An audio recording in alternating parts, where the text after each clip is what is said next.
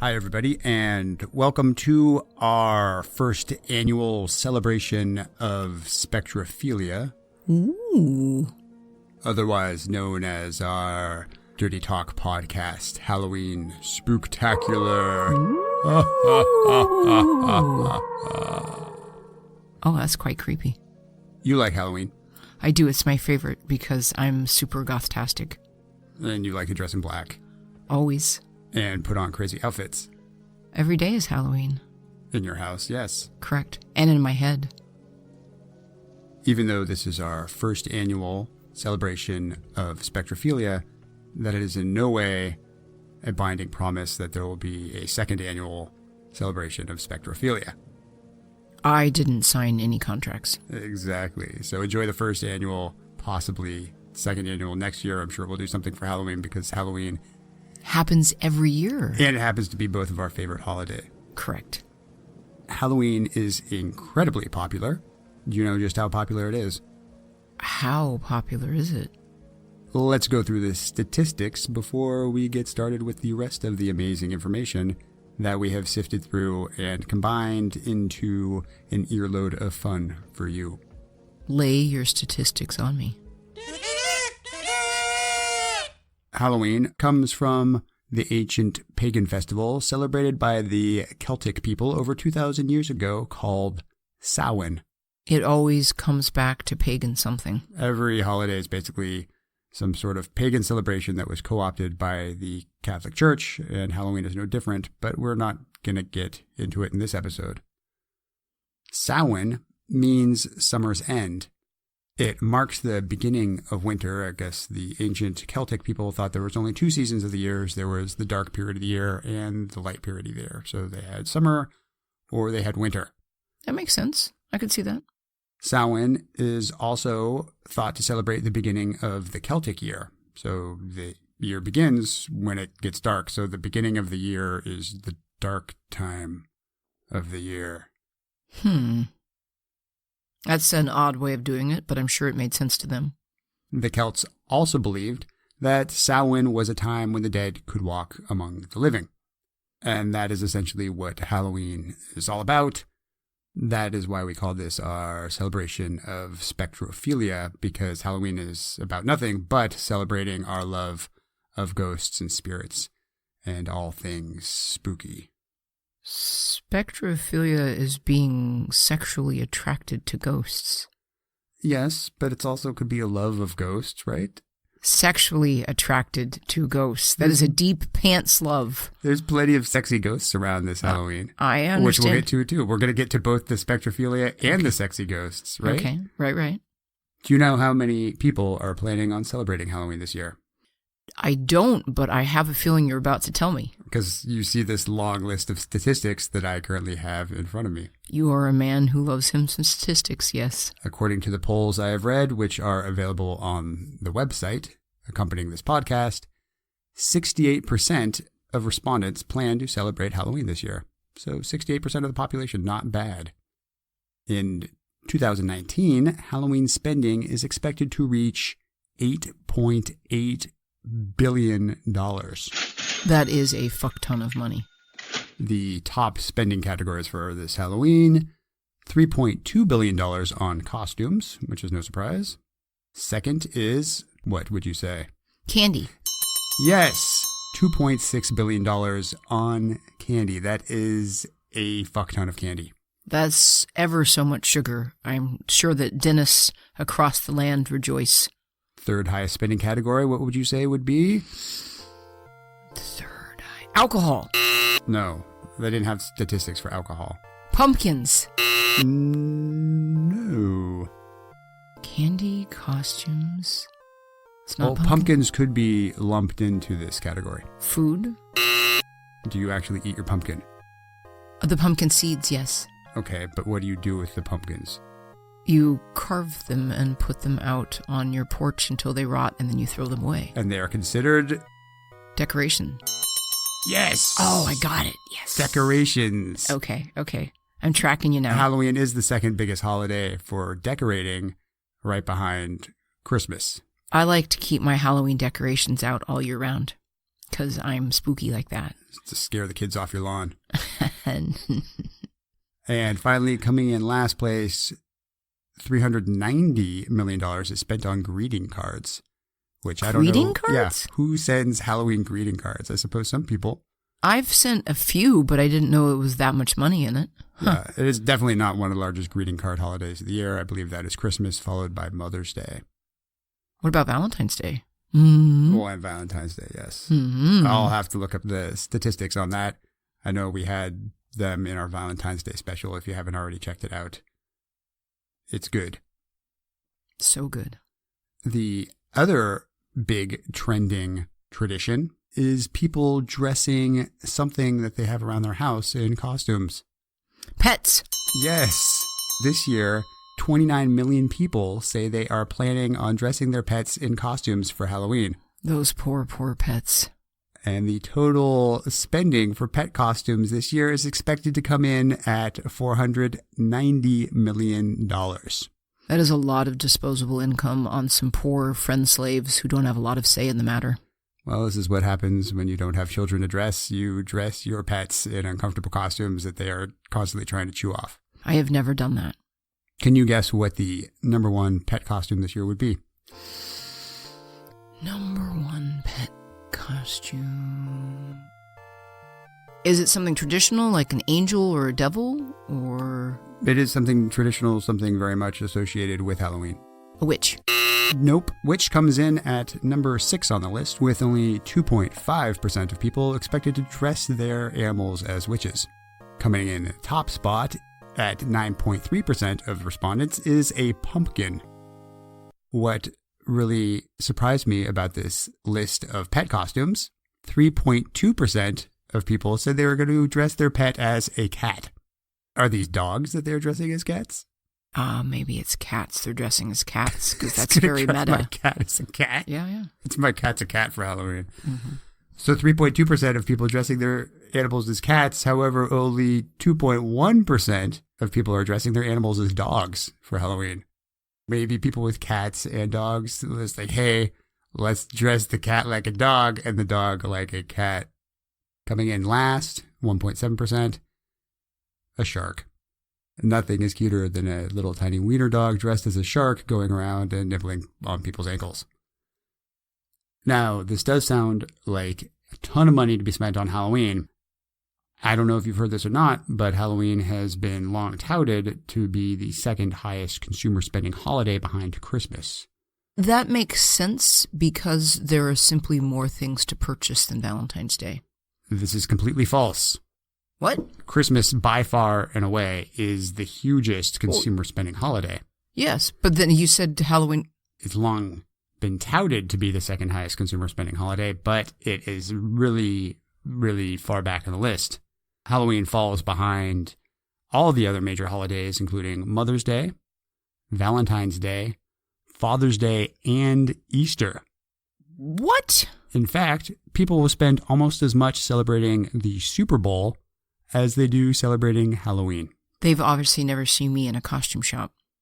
Halloween has this misconception because it is the second largest decorative holiday, like we said before, and that's what gets people's attention. Also, it is more obvious as to who is celebrating Halloween than other holidays. You're not necessarily sure who is celebrating Valentine's Day, Mother's Day, or Easter because they are not dressing in costumes or wearing fancy Christmas sweaters. So Halloween probably is the second most obvious holiday as to who is celebrating it, and that is why people assume it is the second biggest consumer spending holiday behind Christmas.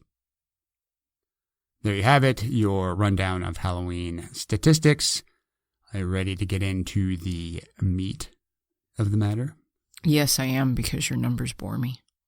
Here's some more numbers for you. If you ever want to get in touch with us, if you ever want to give us a shout out or comment on something, ask a question, or just leave a random message that might get played on a future episode, you can give us a call at 614-733-4739, otherwise known as 614 RDegrey. That is spelled RDEGREY. Give us a call. Let us know what's on your mind. Jingle, jingle. Let's get ready for the spooktacular splendor that is our celebration of spectrophilia. Ooh.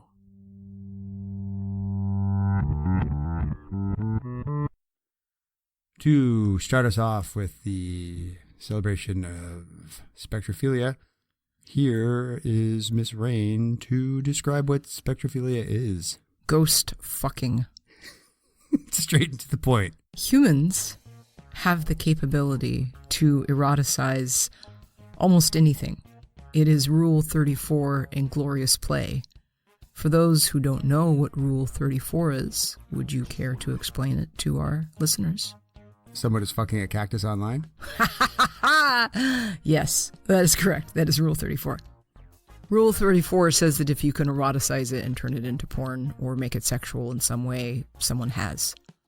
You name it, there is someone out there getting excited over the concept. While there are infinite examples of this, the one I'm going to be focusing on today is spectrophilia. Spectrophilia is sexual attraction to ghosts, or, and this is a little odd to me, sexual arousal from images in mirrors, as well as the alleged phenomenon of sexual encounters between ghosts and humans. So this is an odd one because I feel like the sexual arousal from images in mirrors is kind of lumped in with wanting to fuck ghosts. It's kind of a left turn from ghost fucking. Right. I don't know. They shoehorned that in. So I'm not going to... Is it your own image in a mirror? You just stand in the mirror and just get hard? And I think that's narcissism. I think it's maybe other people's images. I couldn't... That's the textbook definition of it, and I am a little sidetracked with the images in mirrors, so we're setting that one aside. Because I'm choosing not to focus on the sexual arousal from images in mirrors, in honor of the spooky season, I'm going to be focusing on the angle of ghost fucking. Oh, yeah. Having sex with ghosts is actually a very common concept through many cultures, including Arabic, Greek, Hindu, and Celtic societies. In Western folklore, we have the succubus and the incubus. They are the sexy spooky for Western folklore. The succubus is a demon or an evil spirit who takes on a female human form to seduce men. Now, where it gets interesting is the succubus is said to take semen from the male to use to impregnate a woman, which quite possibly could be used to explain those tricky, unexplainable pregnancies. Of course, the demon did it. No, honey, I swear I didn't cheat. A succubus must have seduced some man and stolen his semen and then had sex with me, and that's why I have a ghost baby bun in the oven. It's kind of akin to, no, I'm still a virgin, it must have been God. Very similar indeed. I think it's quite convenient that we have in folklore these tricksy demon spirits that are impersonating a woman, hoovering out semen from some poor fellow, and then keeping it in their ghost pocket, and then appearing in another room, and then taking a male form, and then depositing the semen into a woman, and then that's how she gets pregnant. So they have a little semen sack. Yeah, in their midsection. I'm just going to take this from you if you don't mind. Go back to sleep. Nothing happening here. I'm just going to float it into another building, and whoops, a baby. Someone's got a baby. The male counterpart of the succubus is the incubus. The incubus is a demon that is said to take on a male human form. The incubus, much like the succubus, is said to seduce women into sex with the objective of impregnating the woman with its semen. I find it interesting that it's not just ghost fucking that's happening, but there's a really heavy emphasis on this semen extraction and depositing it in other people. While the succubus and incubus concepts are interesting, in the course of my research, what I found myself most drawn to was ghost fucking, which seems to happen more frequently than one might expect. There are actually a multitude of celebrities who have gone on record claiming that they have had sex with ghosts, including Kesha, Lucy Liu, Bobby Brown, Anna Nicole Smith, who evidently had sex with a ghost multiple times before she finally realized it wasn't her boyfriend, and Dan Aykroyd, who went down on record as having a gay experience with a ghost. Based on the episodes of Anna Nicole's reality show that I saw, I am in no way surprised that she had sex with a ghost multiple times before realizing it wasn't her boyfriend. I think that in a large part of these experiences, drugs might have played a significant role. The interview that Bobby Brown did when they asked him about the ghost fucking, he repeatedly got asked, were you high? And he was very clear to stress, I was dead sober and the ghost was banging me and I was super not high. He was clear about that. I think he and Whitney Houston were notorious for doing tons of drugs. And if you look at Whitney Houston towards the end there, she was practically a ghost. Correct. But he very much would like it to be known that when he had sexual relations with this ghost, he was dead sober. I did have sexual relations with that ghost. But I was not fucked up. We fucked, but I was not fucked up. Lucy Liu was sober, she said, when she had her sexual encounter, and she said the ghost was quite skilled. Booyah. Of all the celebrity encounters, the most memorable one to me is not a confused Anna Nicole Smith, but the Dan Aykroyd one. Of his ghost experience, Aykroyd says that he did not believe he was the ghost type.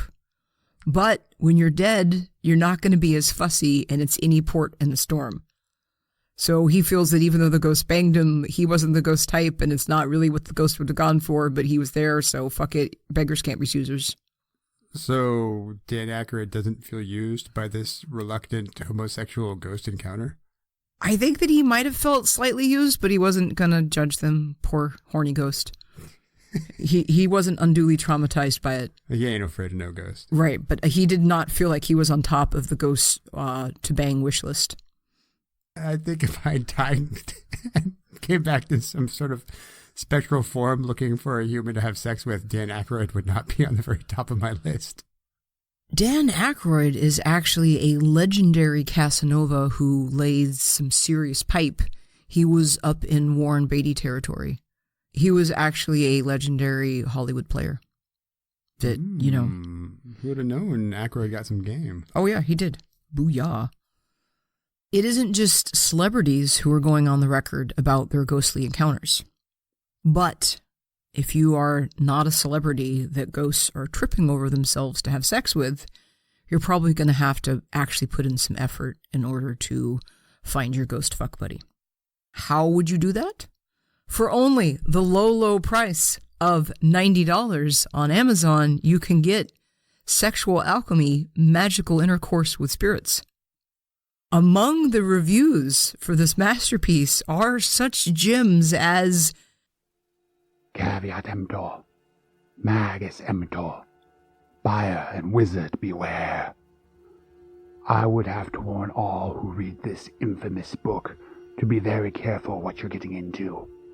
I tried the magic contained in it, and it works. In fact, since I was a virgin and got desperate, I put the rituals to the test with disastrous results. Even though I effectively lost my cherry, there was a horrible price to pay.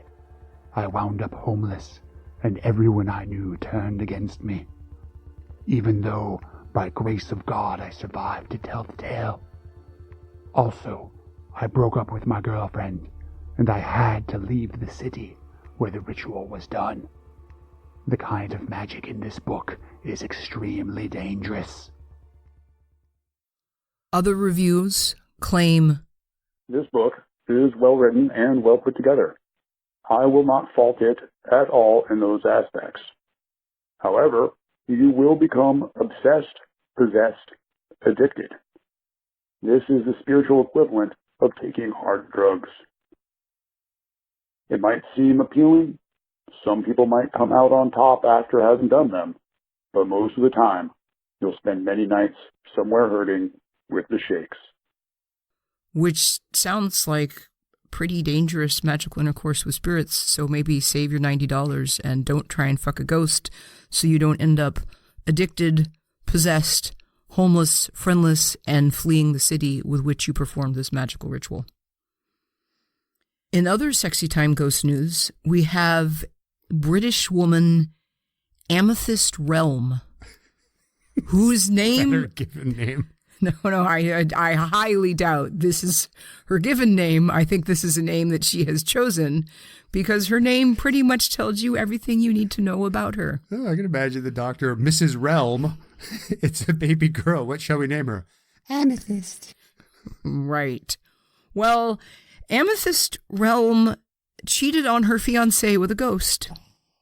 And after doing that, has gone on to have supernatural affairs with at least 20 paranormal beings. Ooh, she gets around. However, she has now found true love with an apparition. But how can you settle down after that many affairs? And love. there's plenty. Think about it. I think there's more dead people than there are alive people now, aren't there? When the right one comes along. She said that she met her husband-to-be, who doesn't have a name, by the way, during a work trip to Australia. To quote Amethyst, I had not had a phantom fling for a while, and as I was away on business, starting a new relationship was the last thing on my mind. Then one day, while I was walking through the bush, enjoying nature, I suddenly felt this incredible energy. A new lover had arrived. Ooh, hot, sexy Aussie in the outback. nameless, just pouncing on her. Hello, ladies, what's up? Yeah. Evidently, she hit it off so well with her nameless Australian ghost that the ghost ended up asking her to get married during a trip to celebrate their 9-month anniversary. According to Amethyst, there was no going down on one knee, as he doesn't actually have knees. I guess he has a dick. That works. But he doesn't have knees. So I'm already sensing some holes in this plot, but whom am I to say that this is all in Amethyst Realm's mind? Certainly I would never say such a thing. Takes all kinds. Right. There's no going down on one knee. He doesn't actually have knees. But for the first time, I heard him speak. I could actually hear his voice, and it was beautiful. Deep, sexy, and real. I love you. Always have.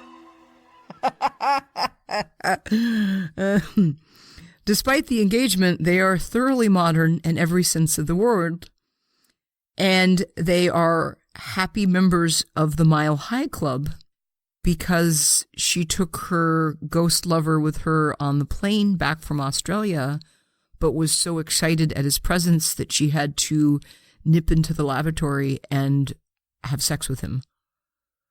That's one of the convenient things about having sex with spirits is you could do it in public and no one would ever know. And cleanup is a breeze. Oh, yes, easily. This gives me the idea that we should start a dating website for specters only. With all of our free time, let's put that on the to-do list. Amethyst added that this engagement was much more satisfying than her previous living fiancé. Sometimes I get the feeling that I'm being moved. Orgasms I have with my spirit lovers have been way more satisfying than any I've had with ordinary men. If I were to put on my psychoanalyst hat for a moment, I would humbly propose that Amethyst Realm maybe has felt a little betrayed or unsatisfied or uncomfortable with humans, and having sex and getting engaged and married to spirits is one way to deal with the intimacy issues that it appears she might have. Or maybe I'm cynical. Who knows? She could have found true love in the outback with a mysterious, kneeless, nameless ghost. It's got calves but no knees. He doesn't have knees, but he can dick her down. Yeah. So, ghost fucking. Excellent. Thank you so much for sharing. You're very welcome. I've got some stuff about ghosts coming up next. Previously on Dirty Talk After Hours. Yeah, you ready for this final volley? I'm ready. All right, let's do it. All right, hunker down. Oh shit, it looks like they're regrouping. What are they doing over there? Oh crap! Incoming! Ah!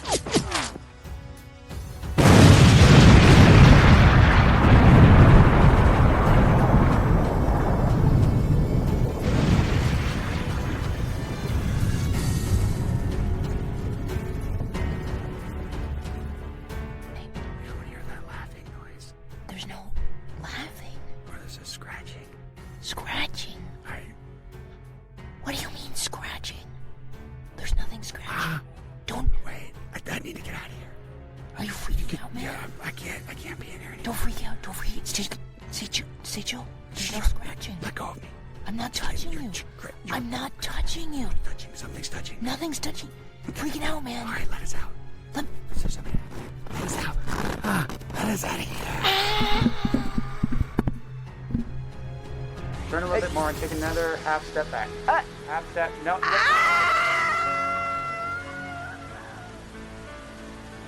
Say hi to Moriarty for me.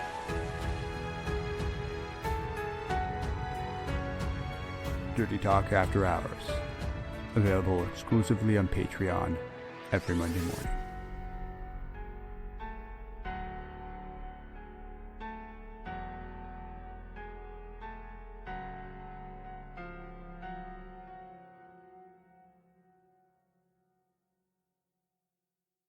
If you do want to get access to the Dirty Talk After Hours podcast, you can get it in one of two ways.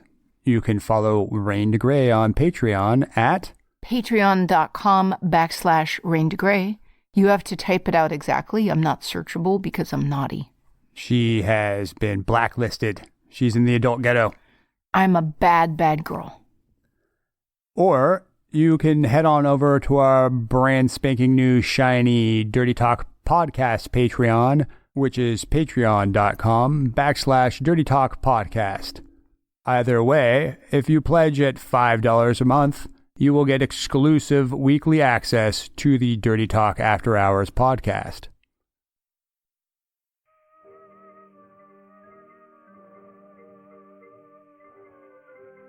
It wasn't the puppies. The ones playing with each other against a field of yellow, one putting its paw mischievously on the nose of its companion, while the other gazed up submissively. It wasn't the puppies that drew you to the magazine after you departed the streetcar and walked into the corner newsstand to get your regular evening paper. You had never purchased the American magazine before, and although you liked how the vernal sunniness of the yellow and the carefree playfulness of the puppies reminded you of spring days past, warming you against the biting autumn cold that was encouraging you to turn your coat collar up. What really compelled you to pay the 2 bits for it was the headline sitting there so boldly at the bottom of the cover. Edison, at work on amazing problem. Though there was no hint as to what the amazing problem was, you had an inkling after hearing a couple of guys debating it at the Blind Pig. But you needed to see it for yourself for it to be believed. So you plunked down your quarter on the oak counter and exchanged it for this 280-page tome. Arriving home, you put a phonograph on to brighten your spirits against the dreariness of the darkening autumnal day, and lit a small fire to fight the chill that had accumulated in your one-room apartment. And so seated there, in your one comfortable chair, beneath the one bare light bulb, which had just recently been wired in, replacing the gas light sconces that still hung on the wall, their black soot fingers reaching up towards the shadows on the ceiling, you opened the magazine and flipped past the Bon Ami ad, featuring a smiling woman that looked far happier than anyone you'd ever seen carrying a mop. There it was, on page 10, a 2-page spread with a title you still couldn't believe. Edison, working on how to communicate with the next world. After finishing the article, one quote still stuck in your mind. I have been at work for some time, building an apparatus to see if it is possible for personalities which have left this earth to communicate with us. There are 2 or 3 kinds of apparatus which should make communication very easy. I am engaged in the construction of one such apparatus now, and I hope to be able to finish it before many months pass. The thoughts swirled around in your brain, trying to grasp the enormity of it. Could it be possible? Could we be able to talk to our departed loved ones in a matter of only a few months' time. Coming from anyone else, these would have been unbelievably wild claims. Since the end of the war, the world seemed to be brimming with any number of charlatans claiming mystical necromantic powers. You couldn't even count how many people you knew that had a newfound interest in mysticism, or held seance parties to contact the recently deceased, all of them yearning to find peace or some small respite from their grieving. Between the war and the Spanish flu, there was practically no one that hadn't suffered a loss of family or friend in the last 2 years.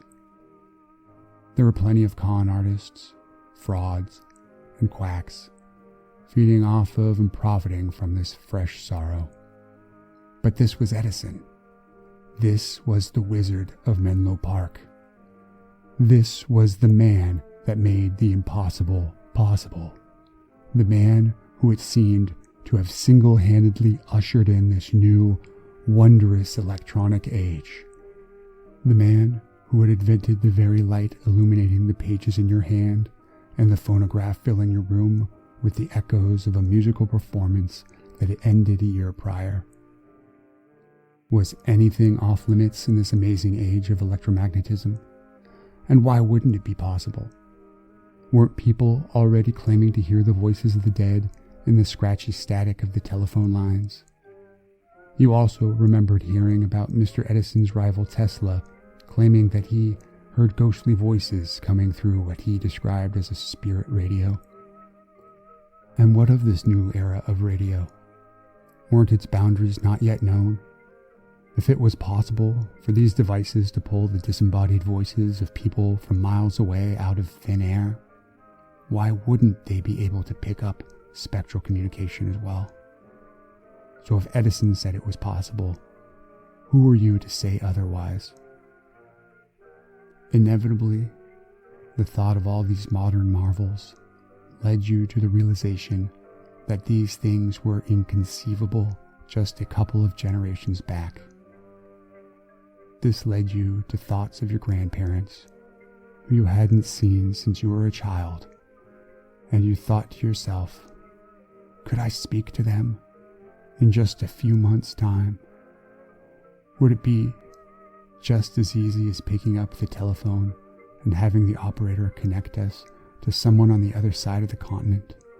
Could it be that easy? You thought about all the things you would ask them. Could they see you? Did they watch you grow up? Were they proud of you and what you'd done with your life? Were they aware of the technical miracles of the last few decades? Or would you have to describe this sensational new world of men flying through the air and electronic spectacle? And as you switched the light off and lay there in your bed, watching the shadows dance around the room from the dying fire, your brain burned bright with the possibilities of the future, and you thought of your friend that didn't make it home from the European front, and your favorite niece who had taken ill and died in a matter of days, exactly 2 years ago tomorrow, and all the other people that were lost, but were on the brink of coming home.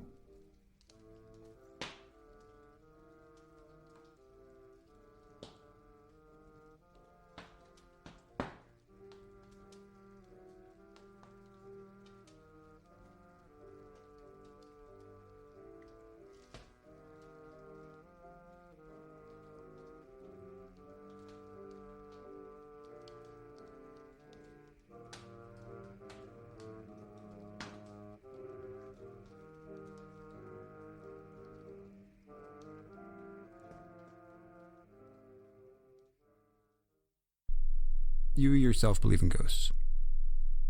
This is correct, I do. You've described an experience to me that you had on Angel Island, which is in the middle of San Francisco Bay. To unpack that a little, I'm not sure that I would say ghosts in specific as much as I believe that it is possible to have residual psychic energy in a place that has had a lot of emotional turmoil, and I think anyone that were to visit Auschwitz would walk away saying, I've felt something there. And maybe a cynic like you could walk through a concentration camp and say that they don't feel any sort of latent spectral energy? Yes, but I have felt it, and I don't know that I would necessarily qualify it as ghosts, but sometimes I think that an incident that has happened that can be traumatic or emotionally impactful enough can cause a residual energy that lingers after the person is gone. Okay. Well, I'm going to tell you, you're not necessarily alone. I know I'm not alone. Believing in ghosts. According to a December 2012 YouGov poll, 45% of the respondents said that they do believe in ghosts or that spirits of dead people can come back in certain places and situations. You would be part of that 45%. Mm-hmm. A whopping 64% of people believe that there is life after death. That's a very comforting belief to have, and it is one that I happen to personally have, yes. And 28% of people say that they have personally seen or believed they have been in the presence of a ghost. Now, I am a skeptic, as you know. Oh, believe me, I know. I'm going to break down your experience and bring to the table some explanations as to what you could have experienced there on Angel Island. Lay it on me, my friend. The first explanation could have been low-frequency sound. The typical range for human hearing runs from 20 hertz to 20,000 hertz, or 20 kilohertz. It has been found we can't consciously hear sounds below 20 hertz. These sounds are called infrasounds, and they may induce feelings of anxiety, especially at higher intensities. This has led people to dub the infrasound in the 18.9 hertz range the fear frequency. I approve of the alliteration. In fact, I am playing this frequency right now for you listeners to see if you have any adverse reaction to it. If you do, contact us and let us know. We're very curious in the name of science. Here's a little ghost story for you. Ooh. In 1998, Vic Tandy was working late one night at a laboratory in Warwick, England. A laboratory that many consider to be haunted. Tandy inexplicably felt the hairs on the back of his neck prickle as if in fear. And he caught the barest glimpse of a gray blob-like figure out of the corner of his eye. It vanished when he turned his head to look at it directly. However, being a scientifically minded person, he wanted to find an explanation for this supernatural phenomenon. Science! The next day, while working on a fencing foil in the lab, Tandy noticed that the blade began vibrating even though nothing was touching it. As it turned out, the lab's extractor fan was emitting a resonant frequency of around 18.98 hertz, which, as we have already established, is the fear frequency. This frequency of 18.98 hertz also happens to be roughly the same resonant frequency as the human eye. There's something in music called sympathetic frequencies. If you play one note, another string will vibrate in sympathy. So our eyeball resonates at a certain frequency, which happens to be around 18.98 hertz. He concluded that the gray blob he'd seen was an optical illusion the result of his eyeballs resonating at just that frequency. Once the fan was turned off, he reported that it was as if a huge weight was lifted and all the feelings of dread disappeared. Science. An additional study conducted in 2003, 22% of concertgoers who were exposed to sounds at 17 hertz reported feeling uneasy, sorrowful, getting chills, or nervous feelings of revulsion and fear. So that could be an explanation of what happened to you in that old barrack on Angel Island. There could have been wind or something creating a low frequency sound, creating those feelings of dread and terror. Okay, you're right. There were no window panes, and it was a concrete structure. And twice I had very distinct feelings of apprehension and terror, and these encounters were roughly 9 years apart. But it is entirely possible that wind rushing through that concrete structure in such a way could create those very distinct feelings of apprehension and terror. There are plenty of natural sources for this. Lightning, wind, certain animals emit sounds in this low register. The second possible explanation for your experience could be mold. Is it just a coincidence that many reported hauntings happen in dilapidated old houses, damp, dark cellars, and musty old attics? I think you're about to tell me that it is not a coincidence. It is not a coincidence. I knew it! Researchers claim that older buildings where hauntings are usually reported often have poor air quality from pollutants like toxic mold, which can affect our brains. Okay. Exposure to mold can cause mood swings, irrational anger, and cognitive impairment. Further evidence of this is that substances like LSD, which is naturally occurring in the fungus ergot, have long been blamed for incidences of mass hallucination throughout history. So it's not a big step to see how exposure to toxic mold can explain some phantasmic encounters. One researcher into this phenomenon, a Professor Shane Rogers of Clarkson University in Potsdam, New York, states that experiences reported in many hauntings are similar to mental or neurological symptoms reported by individuals exposed to toxic molds. Recent work is emerging that supports brain inflammation and memory loss in mice exposed to Stachybotrys chairatiarum. Exactly. This is a common indoor mold. They've also found that it increases anxiety and fear in the mice. Science again. Interesting. Okay. Maybe there were toxic mold spores. Okay. Another culprit could be carbon monoxide. Carbon monoxide is an odorless, colorless gas that slowly poisons us while going undetected by our senses.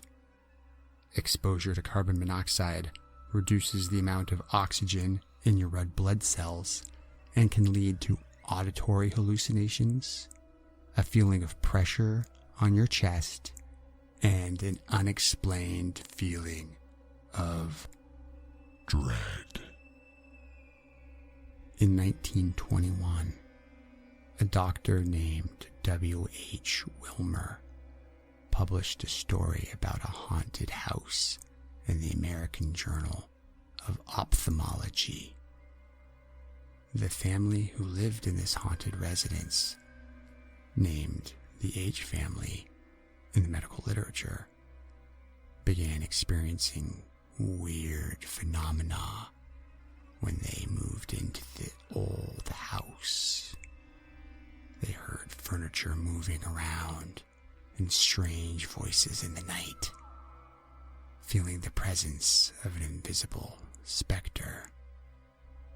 They report being held down in bed by ghosts, feeling weak and more.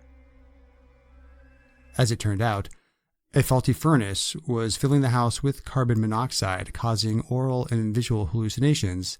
The furnace was fixed, and the H family went back to living their lives with no other reports of spectral haunting. Science. Another explanation, which wouldn't account for your experience on Angel Island, is sleep paralysis. I know you were wide awake at the time. Studies suggest that 7.6% of the general population and 31.9% of psychiatric patients, which is interesting, experience at least one episode of sleep paralysis.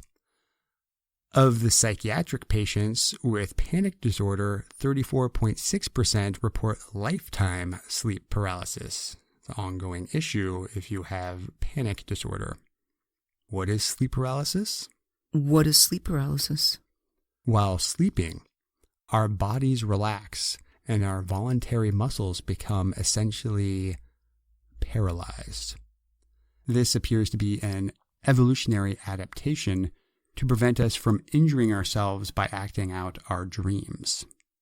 Sleep paralysis involves a disruption or fragmentation of the rapid eye movement sleep cycle.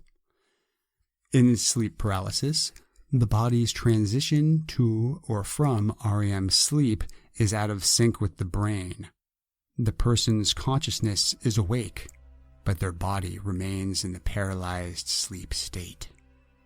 Throughout history, people have described waking up in this way, and these incidents commonly involved vivid hallucinations that there is an intruder in the room, the presence of an incubus, and the sensation of floating.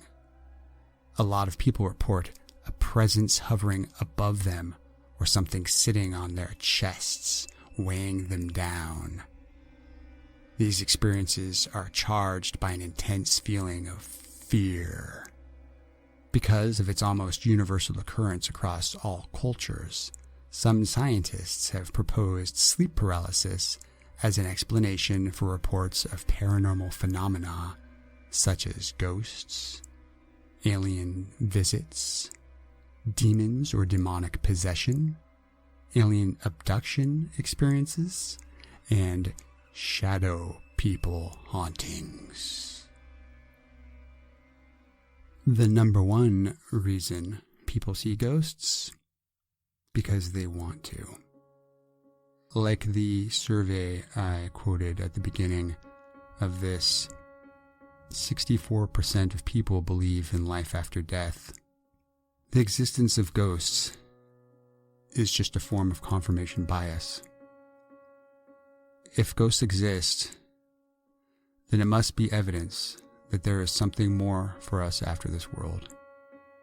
If you strip away the crazy costumes, trick-or-treating, candy, the dopamine buzz we get from being scared, and all the modern pageantry surrounding Halloween, at its core, Halloween is all about the possibility of communing with the dead. It's the hope that one time a year, when darkness begins to dominate the days, the boundary between two worlds thins enough to enable communication with our departed loved ones, the chance to relieve the heaviness in our hearts.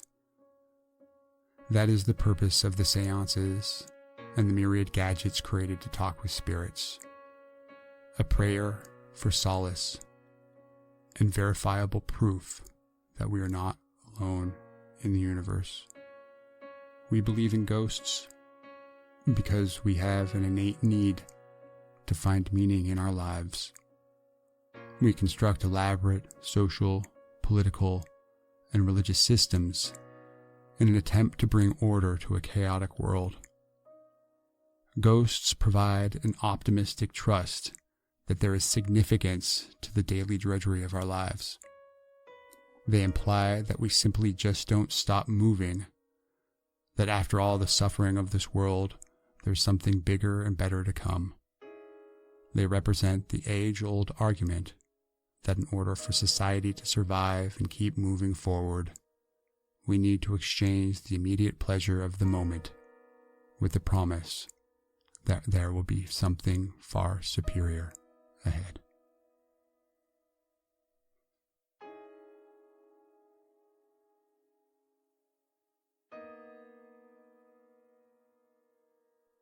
Hey everyone, this is Rain de Grey. If you want to keep tabs on me and check out all the cool stuff I'm doing, you can head on over to my website, raindegrey.com, and while you're there, sign up for my newsletter so that you and I can stay in touch. And if you are on Twitter, check me out at either Rain de Grey or the Dirty Talk Cast. Dirty Talk Podcast has a new Twitter. Just search Twitter for Dirty Talk Podcast or add us at Dirty Talk Cast.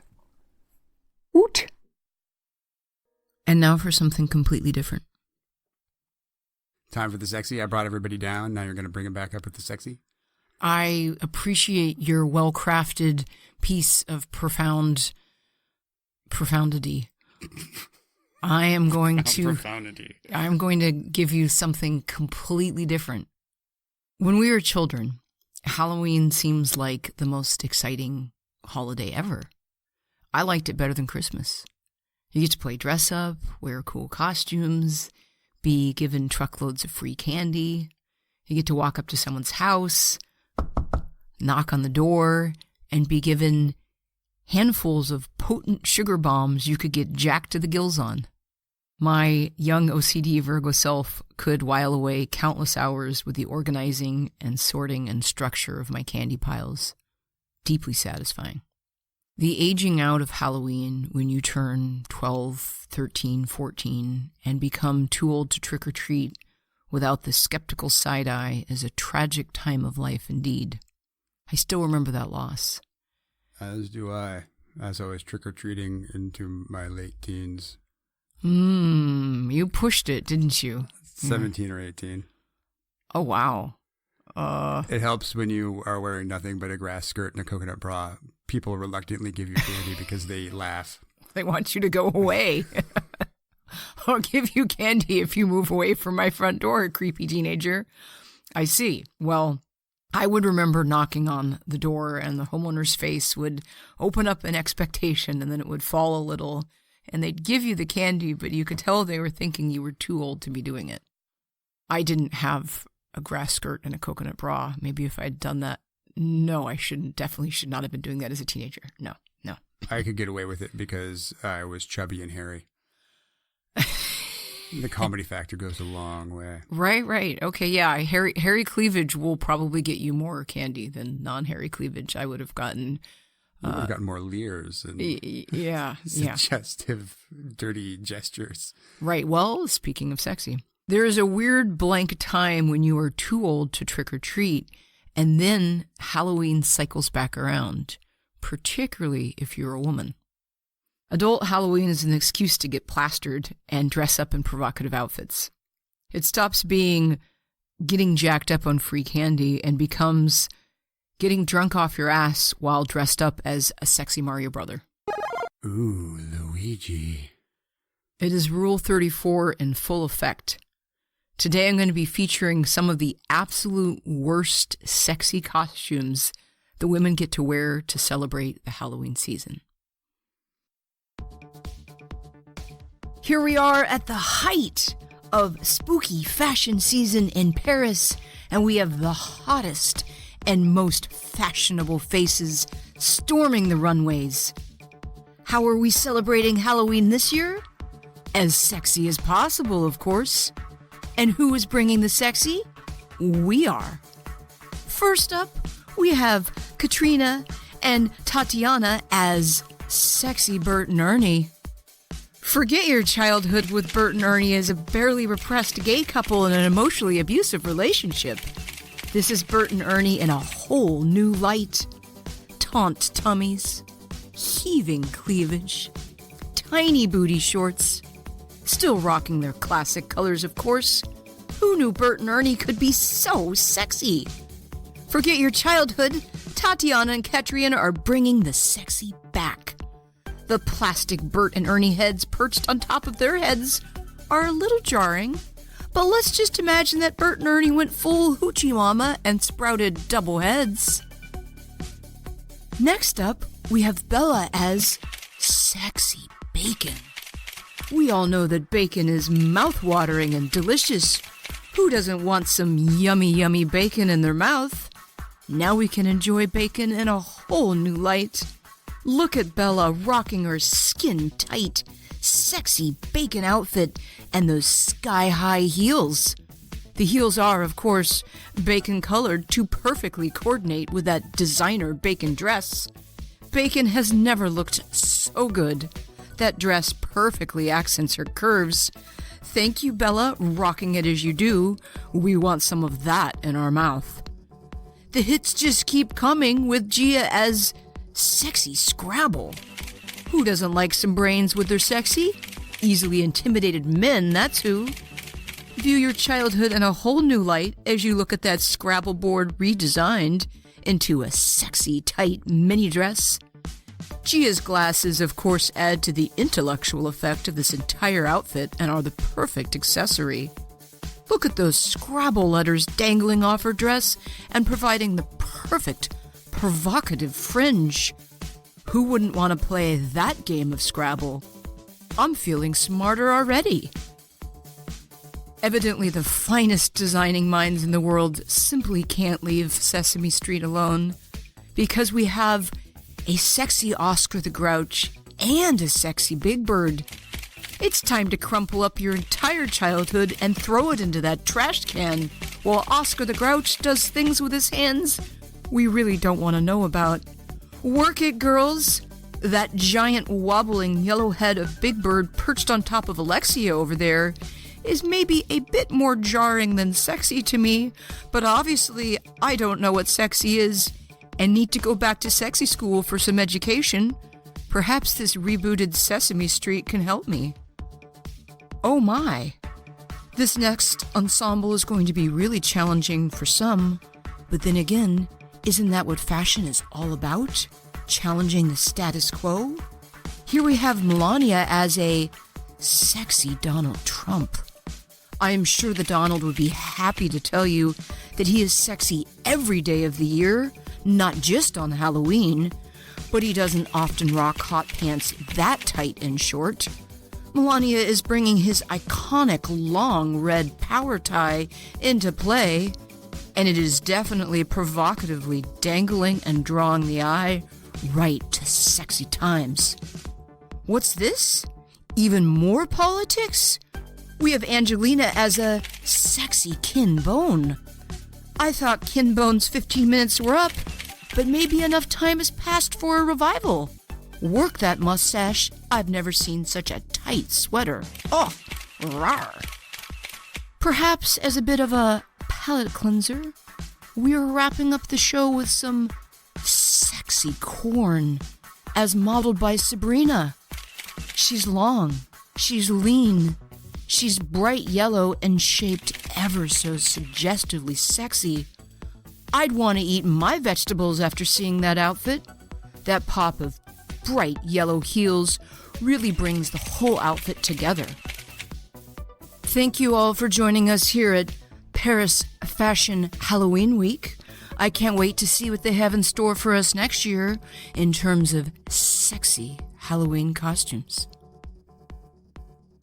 My childhood is thoroughly ruined, and I do not understand this obsession with sexualizing Sesame Street. They had sexy Bert and Ernie, sexy Oscar the Grouch, and sexy Big Bird. I didn't even get into sexy Chinese food container. Sexy Take out? Yes, please. Sexy guitar, sexy mustard. Basically, any object you can see lying around seems like it will inevitably end up being turned into a sexy time outfit for someone to get drunk in. Sexy wad of used Kleenex. I'm sure it exists.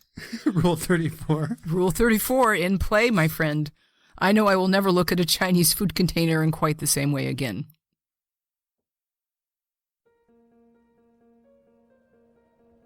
Thanks again, everybody, for joining us for our Halloween Spooktacular.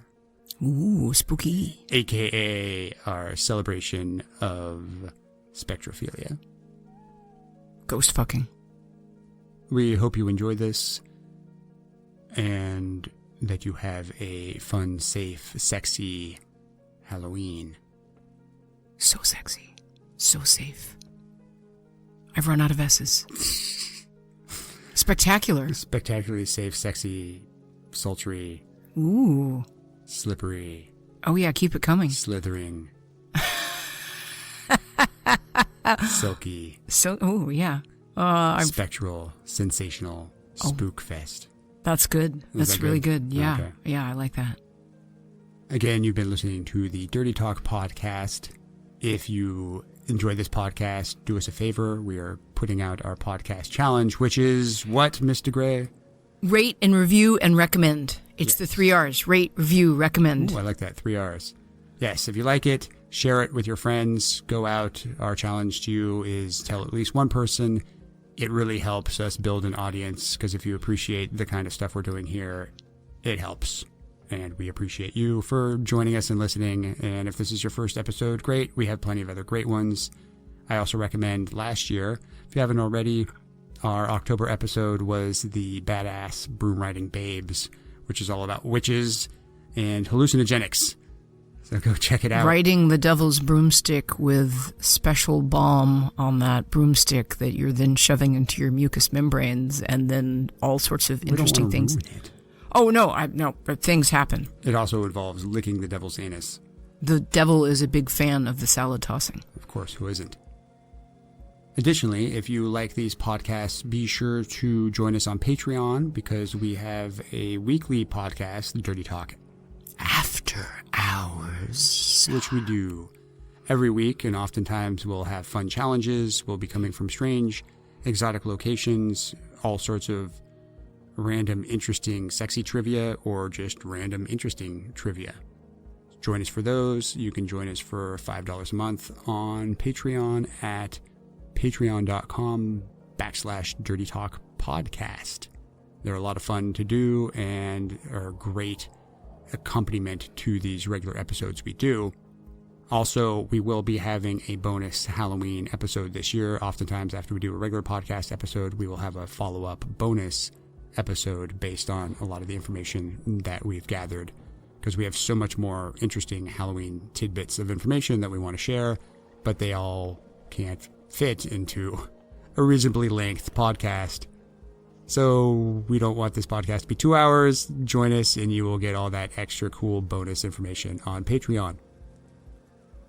The podcast can be found on iTunes, Google Play Music, Spotify, Stitcher, Spreaker, TuneIn Radio, iHeartRadio, and YouTube as well. Like the lovely Mr. Gray already said, please follow us, rate us, comment on any of those platforms so we can grow our listenership. Rate, review, recommend. 3 R's. Correct. And finally, before we go off and throw on some sort of sexy outfit, some random object that we find around the house, I'm going to go dress as a sexy doorstop. Oh, wow. That is pretty sexy. I was going to be a sexy ball of lint, but I think you have me beat with the doorstop. Ooh, sexy challenge accepted. We do want to thank our honorary producers. If you want to become an honorary producer of the podcast, you can support the Dirty Talk podcast on Patreon at the $100 a month level, and you will get mentioned at the end of every single episode of our regular podcast as an honorary producer. Our current honorary producers are Rolf and his wives. Yes, thank you very much, Rolf Hansen, and your wives. We heard that there was a new baby on the way. Hope that everything is going well and the baby enjoys its first spooky Halloween. And you're actually getting some sleep. Good luck. Because if not, you might actually start seeing ghosts. I'm sure that sleep deprivation is one of the scientific reasons leading to people's experience with ghosts. You're not actually seeing a ghost. You're just having your brain melt from lack of sleep. And you have a newborn child. Thanks for joining us again. We can't wait till next time when we have more interesting, strange, exotic, sexy information to share with you. Over and out, my friends. Bye-bye.